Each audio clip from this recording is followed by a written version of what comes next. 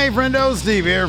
Hey, Larson. And welcome back to Going In Raw, the only pro wrestling podcast you need to be listening to right here at youtube.com/Steven Larson.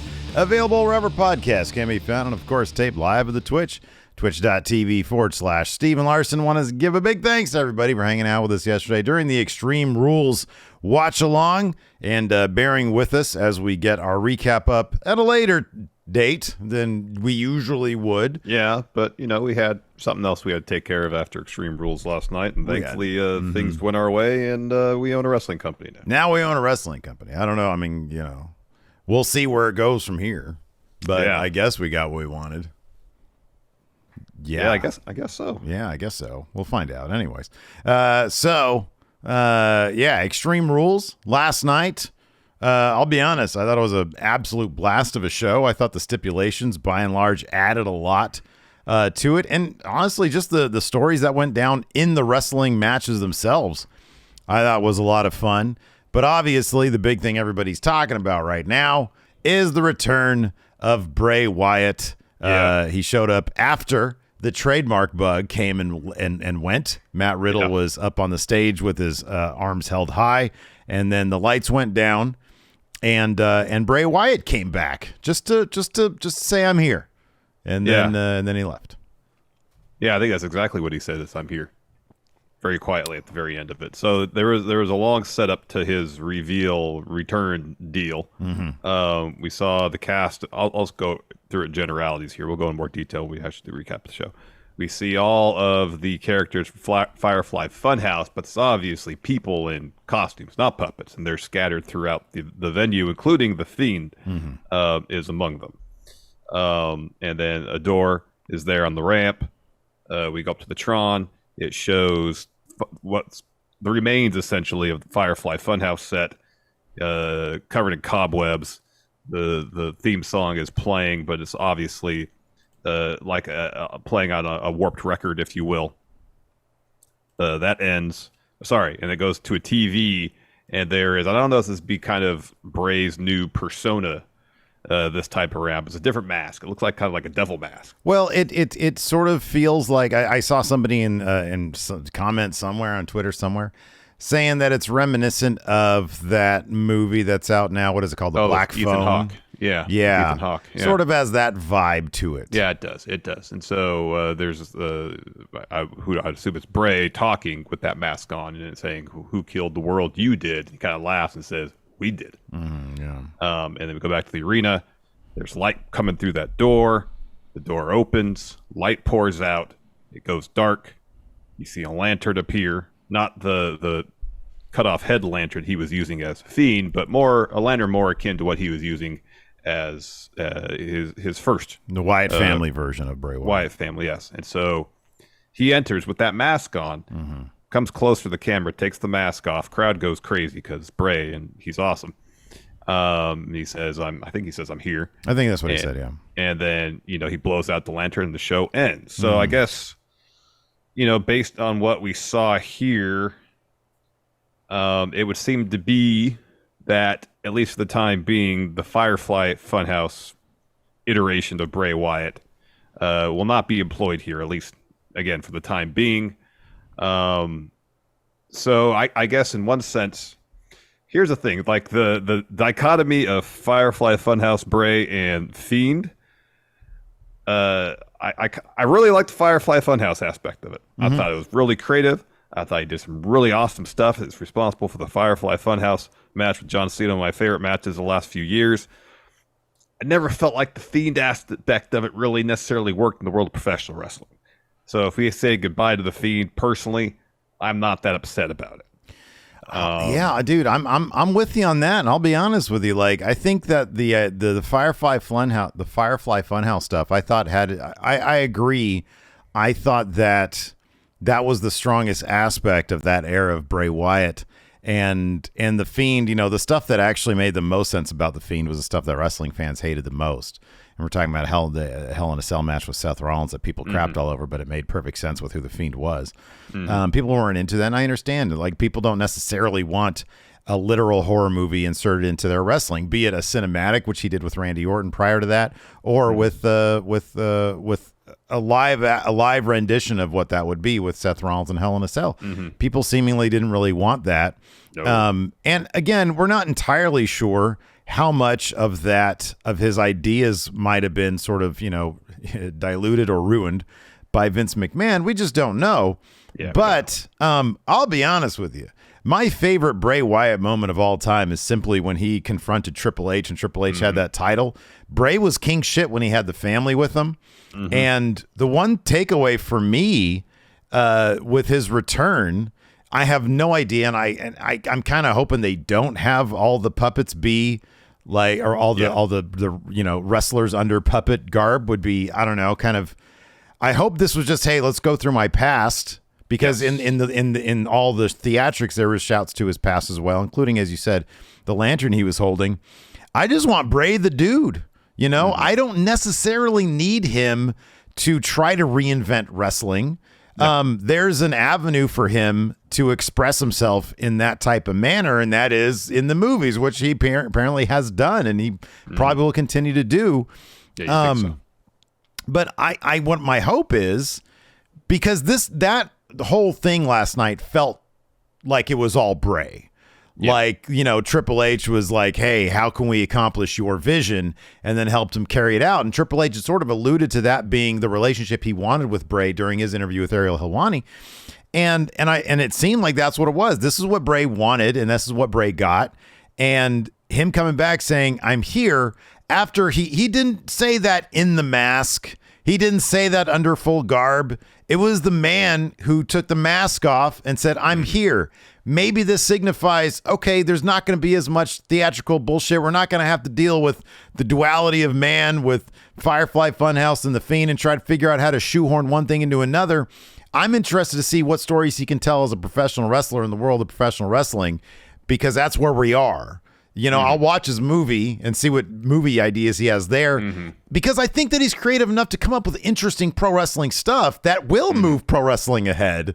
I don't need him to try to awkwardly shoehorn other stuff into it, but I'm excited. The crowd was electric last night. Oh, yeah. They were, and this was, I think it was 3 hours and 15 minutes or so by the time it finished. And that last reveal, the crowd exploded when he showed his face. When the door opened, they exploded, and then he showed his face, and they exploded. When he started singing, his voice singing, he's got the whole world in his hands. Yeah. Everybody knew exactly what was up. Yeah. And they knew what was going to happen. I would love for him to have a faction. I think factions are cool. I think the Wyatt family was cool. It doesn't have to be the Wyatt family. It could be something different. But if you want to do interesting stuff with Alexa Bliss, maybe Karrion Kross, maybe he's targeting Finn Balor and Judgment Day, I don't know. But I'd love to see him work with a variety of other people as a faction, because he can, the whole Bray Wyatt thing was kind of a cult leader thing. He can take that idea and mess with it within professional wrestling, especially since tribalism is such a thing, and there's a cult-like aspect to the tribalism. Cult of personality, especially after we've seen with Vince and his resignation, and yet he'd show up on TV for those weeks, after the Wall Street Journal report, and people would still cheer him. Yeah, and as we saw with Bray and Cena, Orton, so many of his feuds had so much interesting stuff going on, and then in the end, what happens? Probably Vince got his hands on it, and it turned to crap. Vince happens. That's what happens. And so I'm interested to see him try those same types of stories that he had with Orton, with Cena, a couple others. But this time, maybe with matches that, will go down the way they should go down. I think I read somewhere that Cena had said that some of his, one of his favorite pieces of work was the Firefly Funhouse match. And granted, that was a cinematic, but I wonder if other top talent would be willing to sort of put their hands, or put their their stories in the hands of Bray Wyatt. How interesting could it be for them, and how fulfilling could it possibly be? Because he seems to be a really creative guy. That he does. And one thing I hope continues from the Firefly Funhouse / Fiend era of Bray is every time you cross paths with him, you're different afterwards. Seth Rollins mentioned that in an interview lately, and I think that they were really going. That was the coolest thing about The Fiend, to be honest with you. You saw what happened to Balor, what happened to Rollins, what happened to a couple different wrestlers after they wrestled him, and they really leaned into that stuff. And we never really knew if it was, the fact that Rollins brought it up. I'd like to think that Rollins took the initiative and was like, man, I really do want to be different because of that and honor what Bray was trying to do. Yeah. And you never really know if it's like, oh, well, coincidentally, they were in line for a heel turn or whatever. Yeah. But it was more always, like if it was a situation where wrestler X was in line for a heel turn, well, have him feud with Bray. Yeah. I mean, it'd be a great way to repackage people is, think of okay, how do you want to repackage them? Well, how can you get there through wrestling somebody else instead of just, oh, guess what? I'm showing up today as a different person. Exactly. Because that stuff never makes any sense. Why all of a sudden, and I know Apollo Crews justified adding the accent when he did, but it was such a sharp turn. And I mean, that applies to a million different people. Oh yeah. I mean, wrestling is one of the few places where someone could wake up one day and decide to be a completely different person. Right. Yeah. Yeah. And they could try to, on TV, try to motivate it somehow. But generally, it's such a sharp turn that you're like, okay.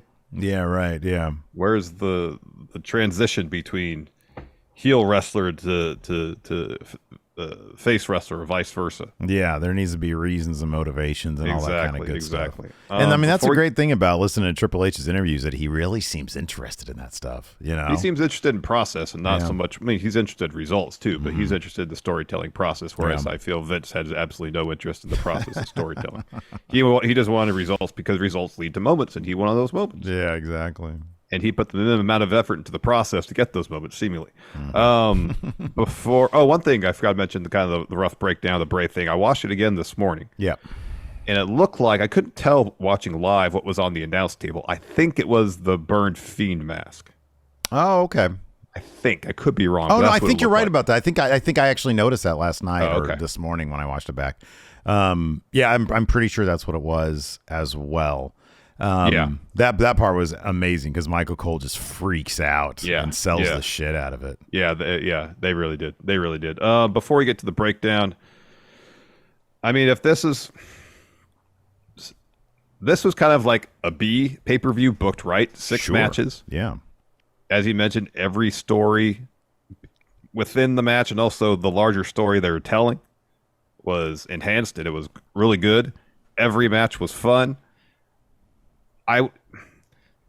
You would think, even though Extreme Rules is one of several B pay-per-views, that you still want people to watch because you want people to pay money to subscribe to Peacock to watch your product. You want people to be excited about these B pay-per-views as opposed to booking them like glorified episodes of TV.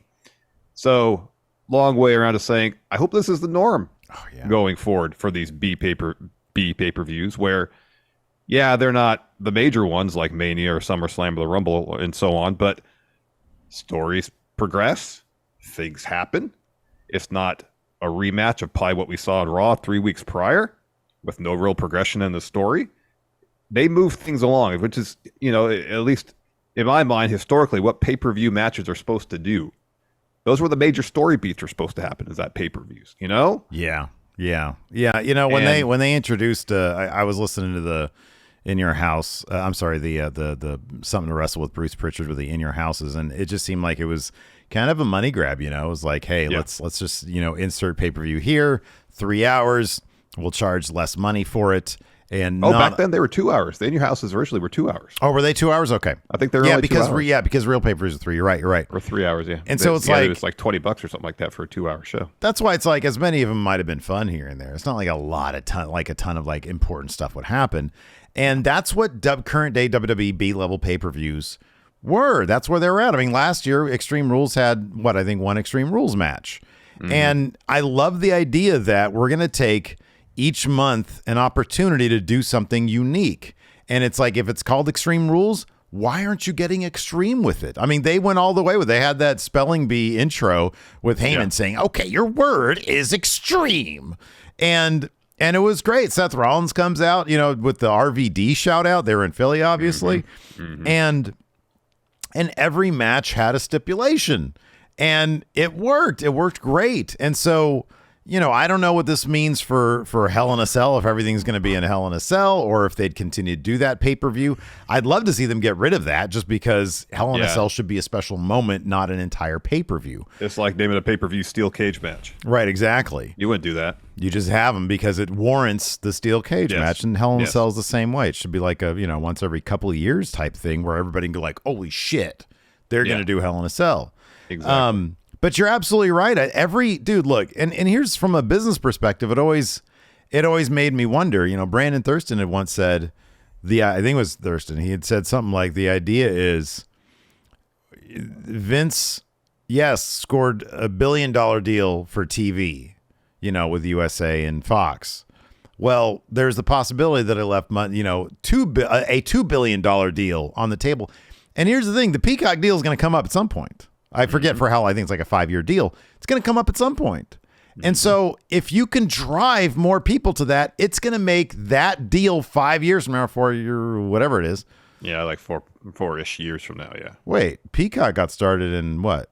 It wasn't 2019, was it? No. That was when the TV stuff started. It was around SummerSlam last year, wasn't it? Was it just last year? Okay. So yeah, let's say 4 years. So negotiate in 3 years. It's going to make your price, the licensing fee, it's going to make it skyrocket, or they'll be in a better position to sell for like an enormous figure.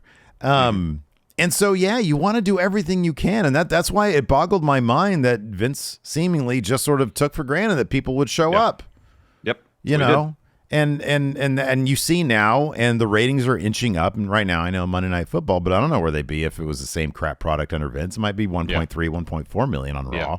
Yeah. But no, it's starting to, it's increasing, and it's doing better, and people are more excited about it. Last night, I thought there was one match on the card that was a good match, but would have made a solid SmackDown main event, like a really good SmackDown main event. That was the strap match.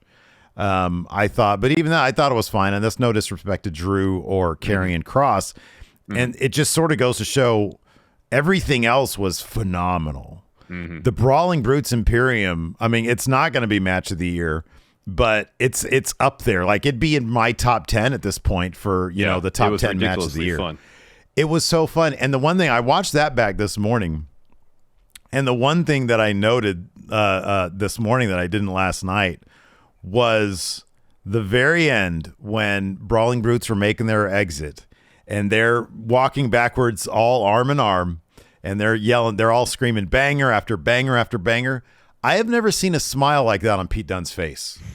He had the biggest, goofiest, happiest grin I've ever seen on the grumpy bruiserweight's face. And it was a joy to watch. And I'm like, this dude would have been maybe brought up by Vince and then just sort of languished in the mid card, and then you wouldn't see him forever. And then he'd be on the low card, maybe in the 24/7 division. Yeah, wrestling on main event. And now he's in a team. He's in a faction, granted, created by Vince, but he's in a team where he gets to be himself, even though it's a different name. He gets to be himself because he is basically the bruiserweight at this point. Yeah. And he's having the time of his life because he's involved in amazing matches. And it's awesome. It's great to see, and everybody's having so much fun. And yeah, it's everything was a lot of fun last night. It really was. It really was. And I appreciate that they took the opportunity to, in the instance of Edge and Finn Balor, I think for weeks, maybe, we were saying this is how it's going to happen, and that's how it happened. But again, process. We knew the result, but we didn't know exactly how we were going to get there. Right. And even though we knew with 99.9 degree of certainty what was going to happen, it didn't make the end of that match any less emotionally riveting because they made it feel intense and real. The performance and immediate, and there was urgency amazing. To it. The performance in that match was amazing. And the desperation in Edge's eyes once he realized what was about to happen. Yeah. Yeah. It all came together, and yeah, we could plot it out in our head and visualize it as much as we can in our head, but until we see it, we see the performances attached to it, whether we knew it was going to happen or not, we still got into it. Isn't that the craziest turnaround? That for decades we've been talking about, I mean, for you and I since 2014 on the show, we've been talking about what is possible in WWE. You have so much stuff, and Vince was decent, and the wrestlers more decent at setting up possibilities. But I don't know if it's 9 times out of 10, 7 times out of 10, what have you, the ball would be dropped at the 1 yard line. It really would be. And they would deny us of, man, this could have been really cool. That's what the sentiment would always be. They deny us for a guy who likes moments so much. My God, he sure did drop the ball on a ton of them. Yeah, no. And now, you know, you and I, we had called that finish to Finn Balor Edge a mile away. Before Edge said that's how you could beat him, essentially, on the Go Home show, you know? Yeah.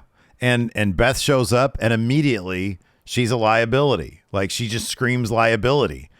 But the actual performance and the way they milked it at the end of that match, where we all know deep down Rhea's going to do this regardless. Yeah. But we're hoping that she doesn't. And they had us because Beth was just there. Yeah. And Edge, and they had them all lifted up. And the look on his face when he puts 2 and 2 together, that's what they're going for, is this is my creation. This is my fault. Yep. I did this to my wife, basically. Yep. And it all comes together, and it's beautifully told. And it's like, you could describe an amazing scene in a movie to somebody, but it doesn't capture when you actually see it and how it's put together. And the performances were beautiful, and the execution was there because they allowed them, Triple H allowed them to tell it that way. It was amazing. Exactly. All right, let's take a quick break here to get a word from our sponsor, BetterHelp. You know, Larson, what's that, Steve? We've been seeing more and more professional athletes speaking out about the importance of mental health these days. There's been several top stars that have taken time away to tend to their own mental well-being. But pro athletes aren't the only ones who need to take care of their mental health, and therapy is the best way for anybody to stay in peak mental shape. Yeah, I was there myself about 20 years ago. In my mid-20s, I started dealing with severe anxiety, and it got to the point where I realized that I needed to go to therapy. But back then, finding the right therapist was difficult. It took me a while to find someone I felt comfortable talking to. But when I did, I started learning the tools necessary to better deal with my anxiety. Now, BetterHelp is a great option because it makes the process of finding a therapist much more convenient and accessible. The whole process is done online, so you don't have to leave your house. And all you have to do to get connected to a therapist is fill out a quick survey. Plus, you can switch therapists at any time. So when you're ready to feel at the top of your mental health game, therapy can get you there. Visit BetterHelp.com/raw today to get 10% off your first month. That's BetterHelp, HELP.com/raw. Before we get back to the show, let's get a word from our sponsor, RexMD. Guys, I get it. You don't like going to the doctor, and I get that many may not want to talk to the doctor about certain issues. But here's something to remember. Most men's health issues have a simple solution, and RexMD is all about simple solutions. RexMD makes getting generic and branded Viagra or Cialis easy. Everything's online, even the prescription, and they deliver straight to your door. No office visits, no talking to a receptionist. Super simple. And it's super simple to get to. All you got to do is fill out a quick medical questionnaire online, and a doctor will review your situation and prescribe you generic Viagra if appropriate. Then your medication gets shipped directly to your door with free 2-day shipping. Thanks to RexMD, over 300,000 guys have gotten generic Viagra quickly and conveniently. RexMD is fast, simple, and cheap. You can access your U.S. licensed RexMD physician anytime you need afterwards. RexMD just works, and it works the very first night. Starter packs of generic Viagra or Cialis are now available for our viewers, but you've got to go to RexMD.com/raw to get started. That's RexMD, RexMD.com/raw. Yeah. And to another extent, I'll go to the Ronda and Liv match, the finish of that. Saw Ronda win, but the story going in was essentially, could Liv take it to the extreme? Mm-hmm. Did she have it within her? You know, everybody liked her. She was like, hey, she's really nice backstage. And the story commentary was rolling with for several weeks in advance of this match was, well, she's just too nice to take it as far as she needs to beat Ronda in this type of match. Mm-hmm. And as we saw, the way they were swinging that bat at each other, that wasn't the case. Yeah. She had it in her to take it to the extreme. Yeah.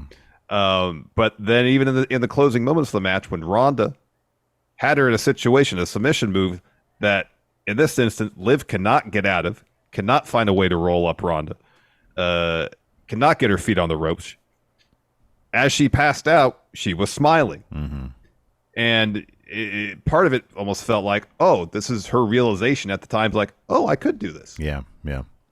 You know, and just little story moments like that I don't feel like we effectively got on a regular basis. Right. Yeah.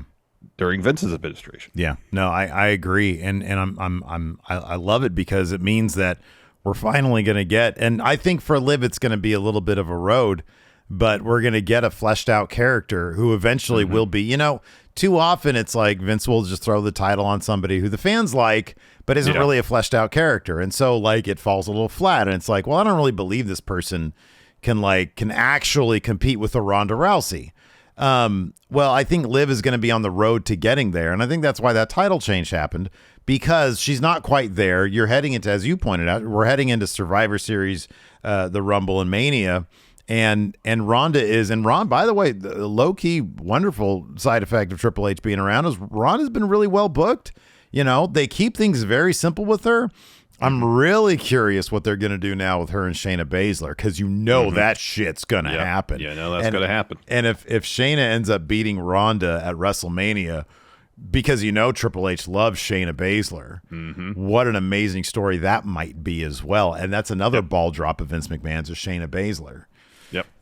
So I'm looking forward to seeing that, and I'm looking forward to seeing what Liv could do. I don't know. Maybe she'll win Money in the Bank next year after she's like a character that we're all like, oh wow, this makes sense. She could do this. Well, how many times have we seen specifically face champions have a short reign, lose, and there's no story progression in the loss? Yeah, right. Yeah.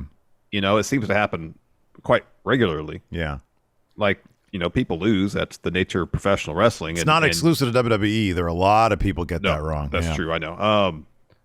And you like to think, okay, if they're going to lose, there's a reason for it, and there's a story going to be told following that loss. And far too often, yes, you're right. That's not exclusive to WWE.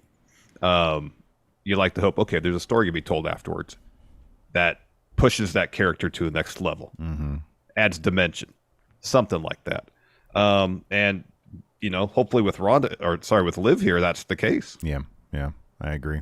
I think all the ingredients are there. She's actually become really creative in the ring, and I think her character just needs something to bite into. And you get the feeling that, you know, whatever this is with Liv, you know, knowing, you know, pushing herself to the limit, knowing what her limits are, understanding that she can hang.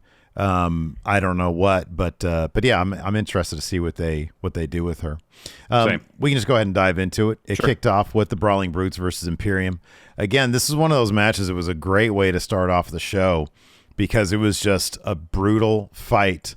It was whatever you want to call it, a symphony of violence. Donnybrook. It was a good old-fashioned Donnybrook, and of course, the centerpiece to this was Gunther and Sheamus, and there was this phenomenal moment when Sheamus is on the outside of the ring, and I forget who he dispatches of. Maybe it's Ludwig or Vinci. I forget who, but he ends up taking care of him. The other two and the other guy are off on the side, and so all that's left is Sheamus, who just took care of one of the Imperium guys, and Gunther's in the ring, and the camera work does a phenomenal job of just staying on Sheamus as he slowly turns his attention back to the ring. Oh, it was after he got so at one point Kaiser and Vinci pinned Sheamus against like a bar, ringside, and Gunther blasts him with a bunch of chops and hits a belly to back on top of the bar. And so the Sheamus is out of it for a bit, and then he gets up and discovers that Gunther's in the ring by himself, and and he does this slow turn towards Gunther, and Gunther says, come on. I mean, this dude, talk about a potential feud of the year right here. If they keep on doing this to through the end of the year, I mean, this is up there, man. This is really good stuff because Gunther's like, come on, let's get at it. And they go in there and they just start lighting each other up. There was this phenomenal moment also where Sheamus is doing the beats of the Baron, and He doesn't stop at 10. He keeps going. And then Pete Dunne and Ridge Holland get up and they all just start attacking him too. Yeah. And it's just that kind of like, hey, let's pile on this guy and really try to put a hurt on him after what he did to Sheamus on Friday on SmackDown. Yeah. It was just, it's little things like that where the chemistry between all 6 of these guys is just so phenomenal. And the roles that they've all established for themselves. And I'm happy for Ridge Holland because he's really been able to establish himself as in a role too. Yeah. And they've all established themselves in a certain way that like all their interactions are so much more fun to watch now as opposed to just head guy and henchman, you know? Yeah, totally. So down towards the finish of this, Gunther gets a massive shillelagh. Yeah. Massive. It's like the length of his arm. Basically. Yeah. He puts it right here, like along his arm. Yeah. Yeah. So he essentially does a clothesline to Sheamus with it. Sheamus kicks out of that. So Gunther's looking for a powerbomb on Sheamus. Ridge and Butch break that up. So then Sheamus picks up the shillelagh, whacks Gunther right in the head with it. Rolls out of the ring. Dunne and Ridge get shillelaghs. They start destroying Vinci and Kaiser with them. Sheamus takes Gunther off the apron. Hits him with the razor's edge through the announce table. Yeah. So then back in the ring, Peter Dunne and Ridge Holland, they hold up Vinci so that Sheamus could hit him with a brogue kick to get the win. Go out of your way to watch this match. From the opening bell to the very end, it's just pure violent spectacle, and it's awesome. It is fantastic. Yeah, it was. We were going crazy the entire time. I put up a supercut of our reactions on Friendo Club TV earlier today. And you know, I just sort of scrubbed through that, found a couple of good moments of us like just screaming, but the entire match we were just going absolutely crazy. Yeah, it was an absolute blast. Next up, we have a Miz interview backstage. He pretty much asked, why are you here? You don't have a match. And he says, just because I don't have a match doesn't mean I'm not welcome here. He says, I'm here because who shall not be named has made it perfectly clear that he's going to ruin my birthday celebration on Raw. And since I saw Triple H on Miz saying I saw Triple H on SmackDown, I'm going to talk to him tonight. And he notices something, and it's Gritty, the Philadelphia Flyers mascot. So then Gritty hands him a shirt, which is like a themed Extreme Rules shirt in orange and black, which is the Flyers colors. And then Miz puts it on the ground, stomps on it, and says, this is what I think of you, this is what I think of your city. Yeesh.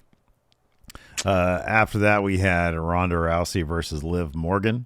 And yeah, they were, they had that baseball bat out there, and we weren't really sure how much, you could do the thing where you put your hand on it and you do this stuff. Yeah. But like they were going at it, they were whacking each other with the bat. Yeah. Like their thighs, their glutes, were getting a good working in with that bat because like, what else can you really do with it? But they were going at each other with that bat during this match. It was something to see. Yeah, it was. It really was a lot. And the story early on, especially, was centered around the bat. And Ronda, at first, really wasn't no part of the bat. Yeah, she wanted to kind of establish. Her out, yeah, she wanted. I think initially she wanted to establish her dominance, not using any sort of weapons, because then, Liv would be like, "Oh, crap." That's all I got is weapons, essentially, Yeah. Whereas if Ronda could dominate without weapons, imagine what she could do with it, because eventually she does get the bat, starts blasting Liv with it. Liv gets it back, blasts her with it. Eventually, Liv gets a table from under the ring, sets it up in the corner. Ronda rams her head into it, hits a knee. Eventually, Liv gets a chair, hits Ronda with it, throws it at her, hits a code breaker with the chair, gets a 2 there. Liv puts Ronda on the table, goes up top, hits the senton through the table. Ronda kicks out and instantly looking for an arm bar. Well, Liv powers her up, hits a power bomb, but Ronda doesn't let go. And eventually she, kind of twists Liv up. So it's kind of like a choke. I can't even describe it. It wasn't quite like a triangle. Yeah, I don't know how to describe it. I'm not really an MMA pro. I think Shayna Baszler might have tweeted out something about it, but she listed off like a bunch of different submissions, and I'm pretty sure she was referring to the match, but I'm not 1,000% sure. Gotcha. But let's see here. What is this? Ronda Rousey. Okay, no, that's about her attire. Shayna is retweeting a bunch of stuff about Ronda. Gotcha. Here we go. Okay, here we go. Catch Wrestling U. Retweeted by Shayna Baszler. From this angle, the finish to Rousey versus Liv Morgan looked like an inverted hook scissors choke, an armless leg triangle. In theory, Ronda's right hamstring and left shin are compressing the carotid arteries. Strangulation of Liv is what it says. Yeah. So, all right, there we go. Yeah. Yeah, that's interesting stuff. Follow Shayna Baszler. She's a really good Twitter follow. Yes. So yeah, Liv passes out, and she uses the table. She had like a chunk of table. Yeah, and kind sort of of braces that. head. Yeah. And Liv has a little smile on her face. But I think you're right. I think the idea is, I was able to hang when it came. I could to do that. this. Yeah, I could do this. Yeah. Then we got Karrion Kross versus Drew McIntyre. We almost thought this match wasn't going to happen because at first Karrion's like, I'm not putting the strap on. I'm not doing it. He was trying to play mind games by being a petulant child. Yeah, virtually. He just kept, no, I'm not going to do it. I'm not going to do it. And then he if this bracelet here that I got here was the strap, he did this once. Oh, God. I just threw it aside, but when he threw it aside, Scarlett got it, and she yanked on it, so that distracted Drew, and then Cross attacked them. Mm-hmm. And they started brawling. They brawl up into the crowd. They come back. Eventually, Drew gets the better of it. Puts the strap on Cross. Match actually happens. This is just probably like 85% just them hitting each other with the strap. Yeah, that's what it was, and I think that's why the match was. I don't want to be disrespectful and call it dull because these guys barely beat themselves up, or beat each other up, but it just wasn't the most compelling match in the world. No, it wasn't, but it wasn't boring. It was far from boring. It wasn't boring because there was a lot of busting each other with a strap, but it was a bit on the redundant side. And then there was the finish. Yeah. So yeah, it was like just a lot of hitting each other with a strap. And then there was the finish where they trade a bunch of strap shots. Drew hits a future shot, calls for a Claymore. Scarlett gets in the ring right in front of Drew, and he's just done with her because she's been in his face this whole time. He steps around her. She unloads an entire canister of mace or mace on Cross. I'm sorry, on Drew in his face. And then, so he's down there like, ah! And then Cross annihilates him with a forearm to the back of his head to get the win here. So again, kind of interesting with the go home math being, Cross so thoroughly friggin' humiliating Drew with with a strap on SmackDown, walks into Extreme Rules, and it looked like he was about to get his ass handed to him, but no, Scarlett had a can of mace. I think that's the idea is in a fair fight. Yeah, right. Drew would get the upper hand, but Karrion's not really that interested in a fair fight. But it does. I mean, it sort of gives us an idea of, Triple H's thinking when it comes to what we like to call the go-home math. When somebody stands tall at the end of a segment, doesn't necessarily mean that they're going to win or lose afterwards. Yeah, and I guess the larger story is Karrion will bend the rules and cheat to win. Mm-hmm. Yeah, exactly. Yeah, and I guess this seems to be an indication. Like usually, something like this, where there's constant interference from one party, would lead to something like a cage match. Mm-hmm, yeah, something that would, in theory, prohibit outside interference. Mm-hmm. Yeah, and if that happens, and if Drew's going to get a win at any point in this feud, it'd be something like that. Mm-hmm. Yeah, right. Yeah. Yeah. Afterwards, we had Miz on the phone with Maurice. He's saying to her, I'm going to do whatever it takes to make sure this birthday celebration of mine goes off without a hitch. Once again, Gritty walks up to him, and Miz just yells at him, I'm on the phone, and walks off. Mm-hmm. He's being exceptionally rude to Gritty. Yeah, man. Even though, Loomis has been... Because the whole time, the idea is we're supposed to be thinking that Loomis is inside Gritty. Mm-hmm. After that, we had Bayley versus Bianca Belair ladder match for the Raw Women's title. This is number one. I got to point this out. Bianca Belair's gear, as good as it usually is, was like a next level. She had like this gold headdress thing and like gold trim on like some royal blue and white. Oh my gosh, it was. I mean, we all thought it, with Bianca in blue and Bayley in red. Granted, now in hindsight, it's perhaps reading a bit too much into it, but it was like, is this a bit of foreshadowing where Bayley's going to win this title and stay on Raw, and then Bianca is going to move to SmackDown potentially? Yeah. Again, probably reading too much into it because Bayley didn't win. Yeah, right, exactly. But no, this was a phenomenal match. I mean, Bayley's so good and everything, and of course, you have the added thing about her, her repaired knee. and how that plays into it. Obviously, in a ladder match, there's usually a lot of falling off of ladder. But no, I thought this was just a really fun match. I guess my only, and I know the thing is they have built up Bianca to be such a freaking star, but you have to start being a little bit careful about the Cena levels of dominance when Damage Control comes out and is dispatched fairly easily. She hits a double KOD on them, like a stacked KOD on Dakota Kai and Io Sky. And she doesn't need anybody to help her even the odds. There was no Sasha, Naomi. There's no Asuka, Alexa. And so yeah, you have to start being careful with that stuff because like somebody who's so dominant is going to get into eventually the realm of Lul Cena wins. But yeah, no, I beyond that, that's like my lone criticism of the match. I mean, I guess in one sense, now that Bianca not only beat Bayley here, but basically defeated the entirety of Damage Control, what necessarily motivates Damage Control? How can you motivate Damage Control to want to continue this? Other to get to War Games, because that seems to be where it's going. You would think so. I mean, I guess maybe all they can do is try to make her life a living hell, and she does the thing where she says, "Look, you get one last chance at this," and maybe they do a winner take all with Sasha and Naomi coming back. I don't know, but I mean, I assume. I don't know. Like it's such a this was so definitive, especially the finish here, where Bayley goes for a ladder because you can go ahead and give us the breakdown. We'll go from here. So they both kind of mutually on either side set up a ladder. They both start to climb. They're brawling on top. Bayley grabs Bianca's braid and uses it to yank Bianca into the ladder. Well, then Bianca starts whacking Bayley with her braid.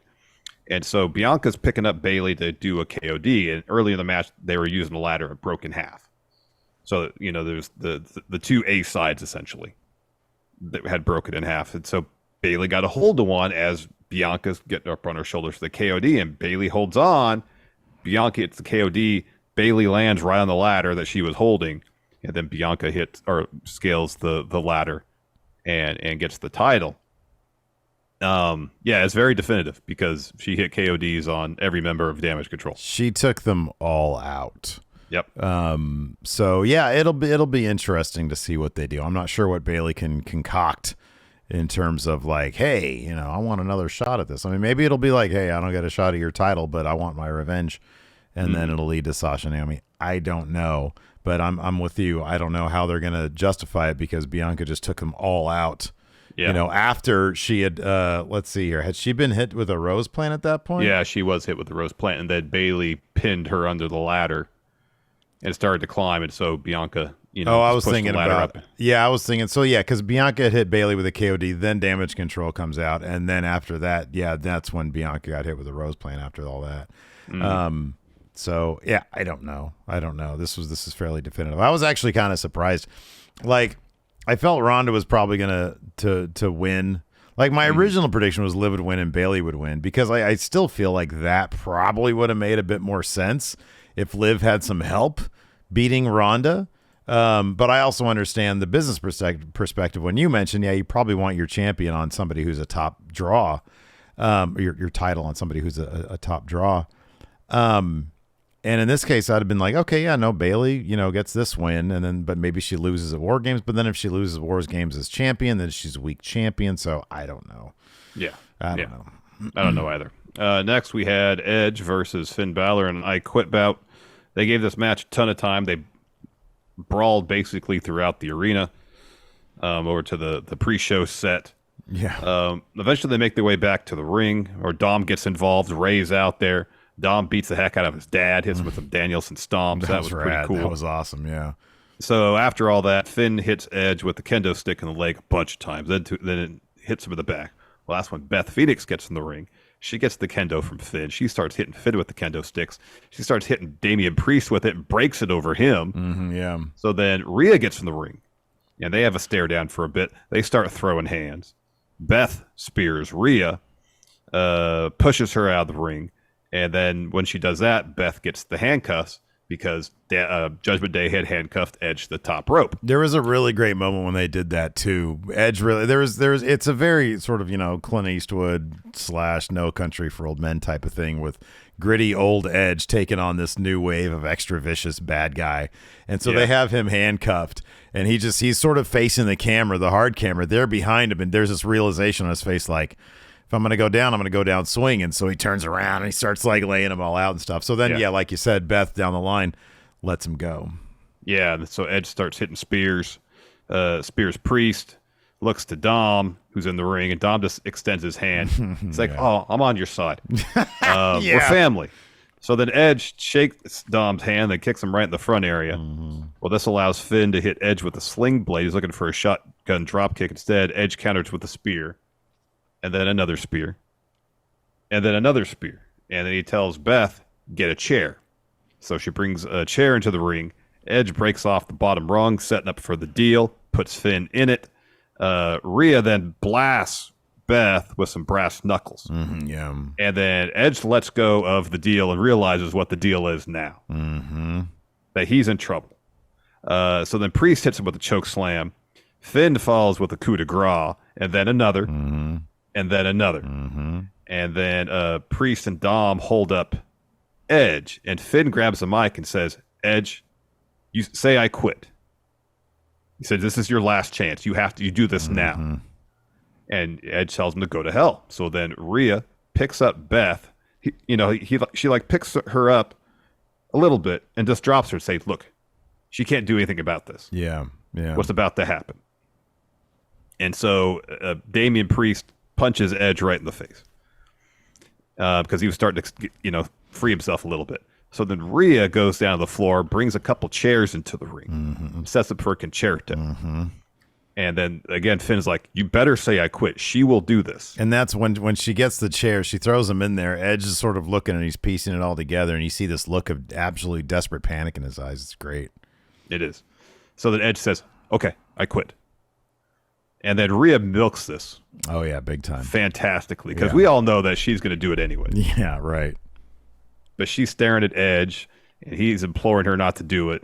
And eventually, concerto to Beth. Yeah. And like this menace was completely missing from Judgment Day. It was? Yeah, this is... until Triple H took over. This is dark stuff. This is dark stuff. This is really messed up stuff. Yeah, this is really violent, sort of Tarantino level stuff, and the concertos, they never look good. No. And they always got me. Oh my god! I mean, all you do. Look, I'm sure they're not fun to take, regardless, because you got two clanging chairs banging on your head. But if you angle it down and it hits the other chair, it makes a great effect, and your hair goes whipping out. But this looked like Rhea made this look like she just blasted her in the head. And it was a really, really well done thing. I mean, I was worried. You sort of tell like the look on Edge's face looked a bit more like he was acting than actually concerned. You can tell that extra level of concern if like something goes wrong, Yeah. It looks weird. But everybody comes out, the refs, the trainers and stuff all come out. And yeah, Edge is freaking out. So yeah, where this goes, I don't know. When is Hell in a Cell? I know it's not coming up soon. When is Hell in a Cell usually? It already happened. When was that? Didn't it? Did it already happen this dude, year? that was Seth and Cody. Yeah, you're right. Yeah, that was Seth and Cody. Yeah. Yeah. So I don't know. Yeah, again, get rid of that pay-per-view and have somebody say, Hell in a Cell matches when they seem to fit. Exactly. Main event was Fight Pit, Matt Riddle versus Seth Rollins. Seth rocking some pretty awesome RVD-inspired gear. He had the ponytail down perfect and everything. You're missing the Miz Loomis. Oh, I'm sorry. So, yeah, Miz is backstage. He lays out Gritty. Then Loomis is behind him. Loomis chokes him out. And then Loomis helps up Gritty. And then Gritty kicks Miz in the gut. And then we had the main event. Sorry, Riddle versus Seth Rollins. Yes, Rollins, some awesome RVD-inspired airbrush gear. With apparently like a Ghostbusters dog on it. That's what it looked like. That's what it looked like. I mean, it looked very much like it. That's the thing. Yeah. Yeah. But no, I love and maybe RVD had that gear before. I don't know. I'll have to go back in the archives. That'd probably be a deep cut then. I don't recall that one. It would be. So they kind of changed up the rules to the Fight Pit here on main roster because if memory serves, in NXT you started on the top. Right. Yeah. And you got your way down. Because at least in this match, the finish had to happen on the lower level in the ring. it couldn't happen up there because there's no way for Daniel Cormier to get up there. Right, correct. Well, unless he went to climb up, I guess. But yeah. So I mean, it was obvious they set the match up that way so they could have the big spot with Riddle jumping off the top. That's exactly what they did. Yeah. It's no different than, the philosophy of Hell in a Cell. You go up there so you can go back down in a violent way. Yeah, and exactly. and that's what they did. And I mean, basically, they just sort of battled it out. I mean, the meat of this match really wasn't. It was good. Don't get me wrong. It was good. Fine. Fight pits aren't really my. I'm not really even a fan of it. I think it's like, oh, cool, fight pit. It means they're escalating things. But like even the first two that I saw in NXT were like, okay, cool, right on. Doesn't really do much for me. I'm not a fan of like falling from heights. I worry about blown out knees. Or in this case, Riddle destroying his tailbone. Yeah, so that was the big spot here. They go up top. Seth is laughing at DC. I thought there was going to be a little bit more Seth and Cormier action here, but it wasn't. It was just straight up for Riddle. There was just that one spot where Seth was doing something and Cormier pinned Seth up against the he was like, "Don't touch me, I'm the ref," and do what I say. And so at a certain point, and I wonder if they just don't want to tease, because Cormier obviously, look, he's a legend. He's obviously in no shape for an actual match. I mean, when he came out, as sort of, I didn't realize that. But and I'm sure he can get into phenomenal shape if he wants to, but maybe they just didn't want to tease like a match or something between them. Yeah. So that was kept to a minimum. But yeah, they go up top. There's a pedigree up top. There's an RKO up top. But the finish, like you said, has to happen down there in the bottom. And Seth eventually, I think it was on the RKO, Seth rolled, Seth tumbles to the mat, and he sort of braced himself a little bit and fell off the fight pit stage, or the platform up there. Platform, thanks. And then you see Riddle up there, and he's like both measuring out where he's going to do this senton and seemingly hyping himself up to do it. Because it's a lot, when you see it on TV, it might not look all that much because these people are used to doing crazy stuff and we're used to seeing it. But if you're up there, God, that's got to be intimidating as hell. I don't care who you are. And part of it, too, is given the move, the senton, like if he is a little bit off, he is going to destroy Seth Rollins' ribs. Yeah, absolutely, yeah. And so hats off to Riddle for measuring it and hitting it almost as perfect as he could to protect his opponent. Yeah, absolutely. Yeah. Meanwhile, he probably shattered his tailbone. It looked like it. It looked it like anyways. Yeah. It definitely looked like he was in some serious pain. So after he hit that, he locks on a triangle, and Seth is trying to power out and like rams, essentially buckle bombs Riddle into the cage, but Riddle doesn't break it, and then Seth has to tap. Yep. And then yeah. So we'll go over the beats here on the Bray thing because I know we talked about it earlier. Lights go down after the trademark thing, and then you hear Bray sing, "Got no one hands," and then you see like in the crowd, the lights are all down, so like one spotlight shows on one particular part of the crowd, and there's a creepy huskus, the costumed person in the crowd. The lights go down. You only see him for a couple seconds, and then boom, same thing happens elsewhere. Mercy the Buzzard is somewhere.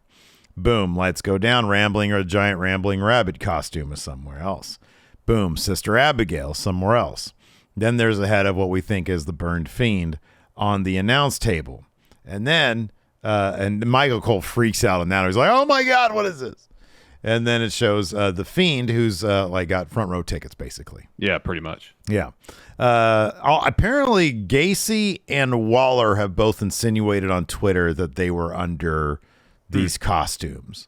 I don't think it's going to be a thing where they're them. I just think that they needed some stand-ins, and so they got the NXT kids to do that. Yeah. So then you cut to the Tron, and it's a Firefly Funhouse, and it's dusty and spider webs everywhere, and you hear like sort of the echoey, remnants of the Firefly Funhouse stuff. I think the Firefly Funhouse song is playing in a like you said, like the a broken record type thing. deal. Yeah, It changes speed. Yeah, stuff like that. Yeah. And then it goes to the TV, and the TV cuts on, and with the old school static, not the digital stuff. It's an old school one, and so there's like a freaky deaky devil mask saying, "Who killed the world? You did. We did." And then it cuts back to the arena, and there's just a door on stage with like some moss on it, and there's like a shiny light behind it. So there's like light creaking through there, or busting through the creaks.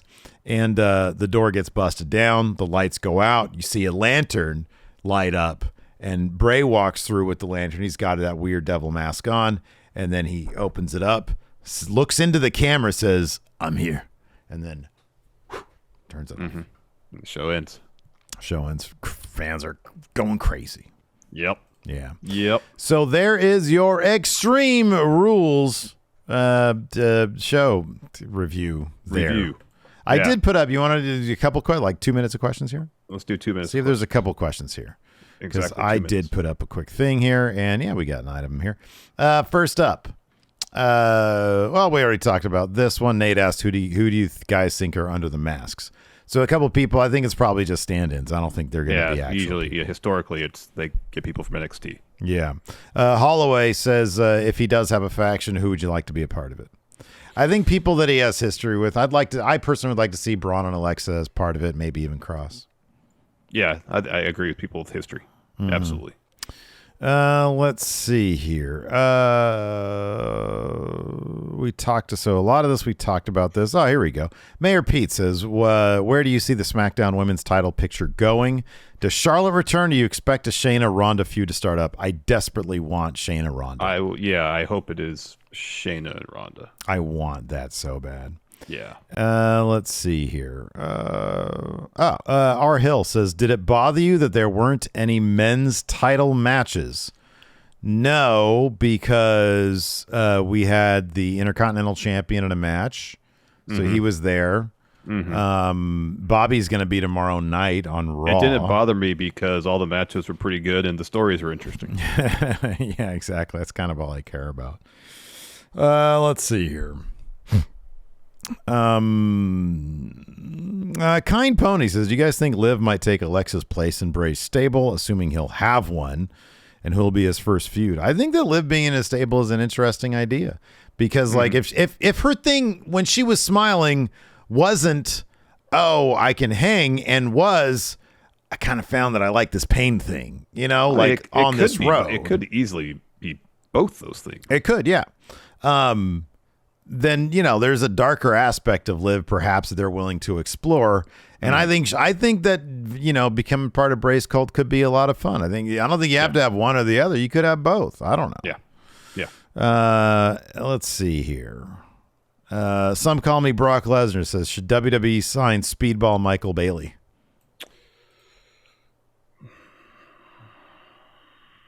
I think if you want to reload NXT to have like a buzzworthy matches every single time out, absolutely. He's the kind of guy I'd love to see in the crowd. So sure, why not? It'd be a bummer if you left Impact because he's a reason to watch Impact. He is a massive reason to watch Impact. I agree with that. Absolutely. And we'd have to I'd have to like pay more attention to NXT, but yeah, you actually have to like sit and watch NXT. But if in 3 months' time they've signed like a bunch of great indie talent that I'm like really into, then I'm cool sitting through NXT. I don't think that's going to happen. And then this last one, Archer says, who should Bray start a feud with first? Wow. That is a good question.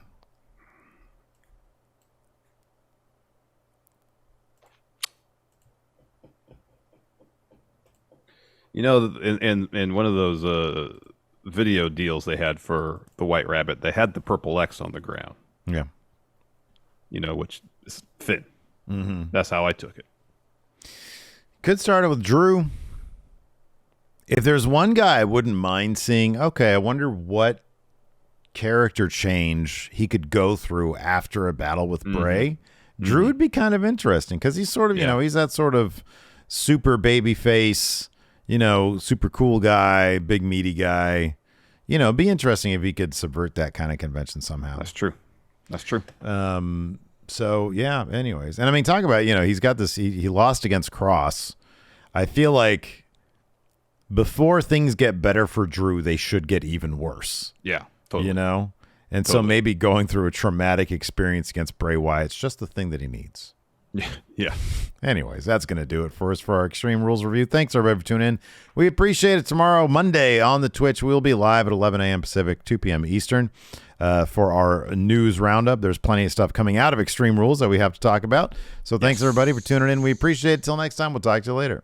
Goodbye.